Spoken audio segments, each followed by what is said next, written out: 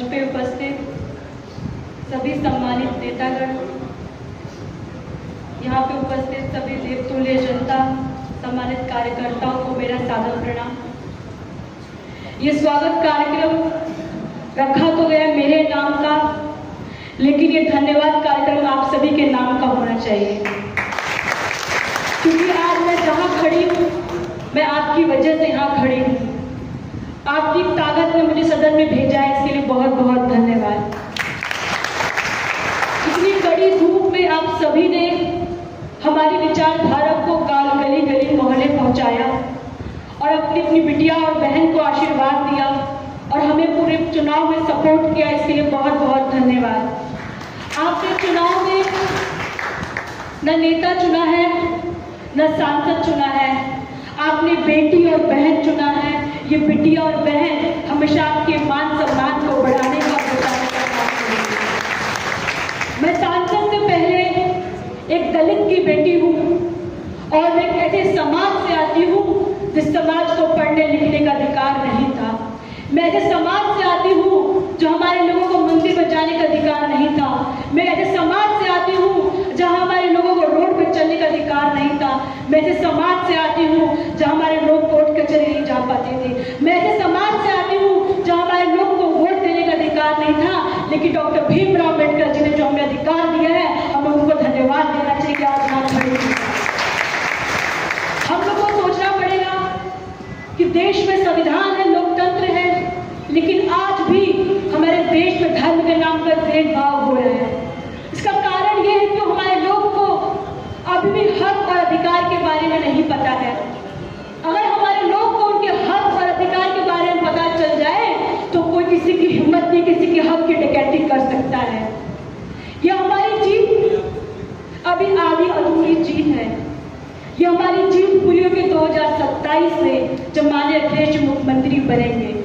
लेकिन इसके लिए हम सभी को संगठन को मजबूत करना है, जितनी कमियां उसको हटा के और सोचना कि कहाँ से वोट कम पड़ा है, कहाँ से वोट हम बढ़ा सकते हैं। लेकिन हर संघर्ष के लिए एकता जरूरी है, भाईचारा जरूरी है। अगर हम मजबूती से चुनाव लड़ेंगे तो अपना लक्ष्य हासिल कर सकते हैं। इस पूरे चुनाव में भाजपा वालों ने केवल धर्म की राजनीति के राम मंदिर पे वोट मांगा है और नफरत की राजनीति की है। समाजवादी पार्टी लोगों ने केवल मुद्दों की बात की है और हमने केवल मुद्दों की राजनीति की है, और हमने ये भी कहा कि हमने मोहब्बत की राजनीति की है। इस चुनाव से ये भी स्पष्ट हो गया कि नफरत की राजनीति का अंत हुआ, मोहब्बत की राजनीति की शुरुआत हुई है। इस चुनाव ने ये भी स्पष्ट कर दिया कि मन मर्जी से बड़ा जनमर्जी होता है। इस चुनाव ने ये भी स्पष्ट कर दिया कि इस नए युग में पीढ़ियां ही कागज और पीढ़ियां ही कलम है। मैं दलित की बेटी हूँ और मैं ये भी कहूंगी कि 25 साल में अगर मैं यहाँ पे खड़ी हूँ तो आप सबकी वजह से खड़ी हूँ। इस 25 साल में जो आपने मुझे मौका दिया है, शायद मैं कभी नहीं भूलूंगी। और मैं आपसे ये भी कहना चाहूंगी कि जो 25 साल में नेता बनी हूँ, ये मेरा खुद का मेरा विचार था।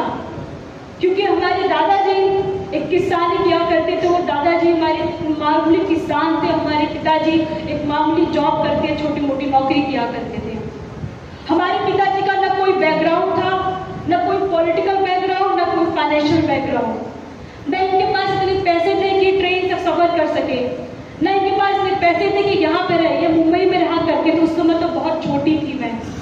लेकिन जो ये अपनी बातें जीवन का संघर्ष के बारे में जो मुझे बताया करते थे, जब मैं 8-9 साल की हुआ करती थी, तो मैं जब ट्रेन का सफर करती थी, दिल्ली से बनारस आया करती थी, तब मुझे पिताजी बताया करते थे, बिटिया आज मैं यहाँ हूँ तो बहुत संघर्ष से आया हूँ। ये हमेशा मुझे बताया करते थे कि अगर आज मैं यहाँ हूँ क्योंकि डॉक्टर भीमराव अम्बेडकर जी मेरे साथ, उनका आशीर्वाद रहा है। क्योंकि मेरे पिताजी हमेशा यही कहते हैं कि जब मैं संघर्ष कर रहा था, मेरे साथ कोई नहीं था, लेकिन मेरे साथ जो लिखा हुआ संविधान वो मेरे साथ था। जब जब मेरे पर आ जाए डॉक्टर भीमराव अम्बेडकर जो लिखा संविधान वो मेरे साथ खड़ा रहा है। जो 99 में पहला चुनाव लड़े थे हमारे पिताजी, तो इनके पास पैसे नहीं थे कि चुनाव लड़ सके, तो आप सभी ने चंदा दिया और चुनाव जितवाया इनको और राजदूत से प्रचार किया था। अगर आपके हौसले बड़े हो और आपके विचार बड़े हो तो आप जीवन में कुछ भी हासिल कर सकते हैं। तो हमें सोच पास बहुत कुछ है और जो हमारे पास है सब हमारे पिताजी की देन है, तो हम क्यों समाज सेवा कर सकते हैं। तो इसका जो समाज सेवा का जो हमने बचपन में खुद से वादा किया था, इसका सपना पूरा आप सभी ने किया है, तो इसके लिए बहुत बहुत धन्यवाद। 4 जून को हमारा एक और सपना पूरा हुआ। वो सपना ये था कि हम अपने पेरेंट्स माता जी और पिताजी को प्राउड फील कराए कि हम उनकी बिटिया है। कब वो कहेंगे कि ये मेरी बिटिया है। और 4 जून को हमारे पिताजी ने बोला ये मेरी बिटिया सांसद बन गई आज। और इन्होंने ये भी कहा कि मैं बहुत गर्व महसूस कर रहा हूँ और मैं बहुत भाग्यशाली हूँ, अपनी आंखों के सामने बिटिया को सांसद बने देखा है। और इसका भी श्रेय मैं आप सभी को देना चाहूंगी। बहुत बहुत धन्यवाद। और मेरी ताकत मेरी जनता है और मैं मछली लोकसभा क्षेत्र में मेरा परिवार, इस परिवार के साथ ये बिटिया हमेशा आपके साथ खड़ी रहेगी।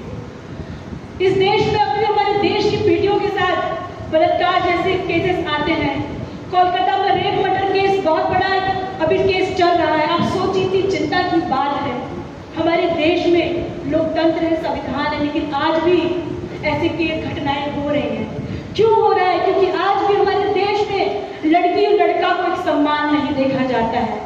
हमारे संविधान में लिखा तो है राइट टू इक्वालिटी, आर्टिकल 14 में लिखा है समानता का अधिकार है।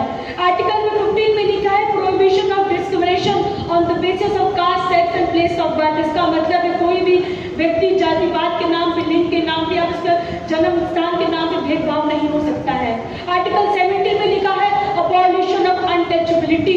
इसका मतलब ये है कोई धर्म के नाम पे कोई भेदभाव करता है तो क्रिमिनल एक्ट उसको सजा हो सकती है। लेकिन आज भी हमारे समाज के साथ भेदभाव किया जाता है क्योंकि हमारे समाज को ये नहीं पता क्योंकि पास कितना पावर दिया डॉक्टर भीमराव अम्बेडकर जी ने। अगर उनको अपने हक अधिकार के बारे में पता हो तो किसी की हिम्मत ना हो भेदभाव करने का।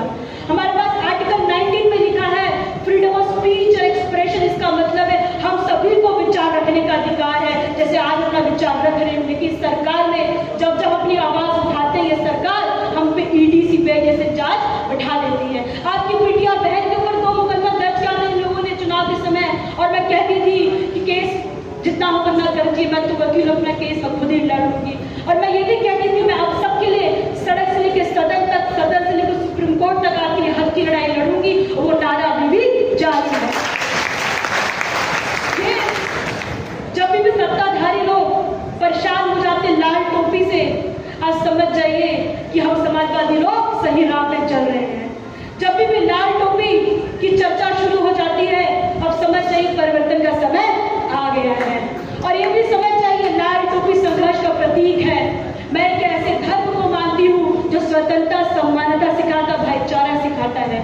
मैं ऐसे धर्म को मानती हूँ जो हम सभी के बीच भाईचारा, एकता बनाता है। मैं आपसे ये भी कहूंगी कि जो हमारे छीने हुए जो अधिकार है वो कभी भीख में नहीं मिलते हैं, उसको छीनना और हासिल करना पड़ता है। लेकिन इसके लिए संघर्ष करना पड़ेगा हम सभी को। पीढ़ी का जो नारा है ये केवल इस चुनाव तक नहीं था, उसका जो लक्ष्य 2027 में पूरा होगा। मैं आपसे ये भी कहूंगी कि हमारे देश में संविधान लिखा है, लेकिन क्या इस संविधान के बारे में हमारे लोग को पता है? नहीं पता है। राइट टू वोट, जो वोट देने का अधिकार है, आज भी वो वोट का अधिकार हमारे गांव में लोग चंद पैसों के लिए वोट अपना दे देते हैं, बेच देते हैं। हम लोग को समझना पड़ेगा क्या ये वोट का अधिकार डॉक्टर भीमराव अम्बेडकर जी ने इसलिए दिया है, वो वोट का अधिकार इसलिए दिया ताकि हम अपने समझ से जो विकास कर सके उस नेता को चुने, उस सत्ता को चुने। लेकिन आज भी धर्म के नाम पर लोग वोट देते हैं और उम्मीद करते हैं विकास की, लेकिन जब धर्म के नाम पे वोट देंगे तो विकास कभी नहीं मिल सकता है। जब विकास के नाम पे वोट देंगे तो विकास भी मिलेगा और लोगों को नौकरी भी मिलेगी। चुनाव में सब भाजपा के नेता से पूछते हैं, सब कहते थे कि आपने क्या किया है, तो कहते थे हमने राम मंदिर बनवा दिया। और जब राम मंदिर अयोध्या में चुनाव हार गए तो कहते हैं जनता ने ठीक नहीं किया है। इसका मतलब ये है कि इन्होंने राम मंदिर वोट के लिए बनाया था, स्नेह और प्रेम आस्था से नहीं बनाया था। अगर इन्होंने स्नेह और प्रेम आस्था से मंदिर बनाया होता तो जनता को कोस नहीं रहे होते हैं। आज जनता को नहीं कहते कि आपने ठीक नहीं किया है। मैं आपसे ये भी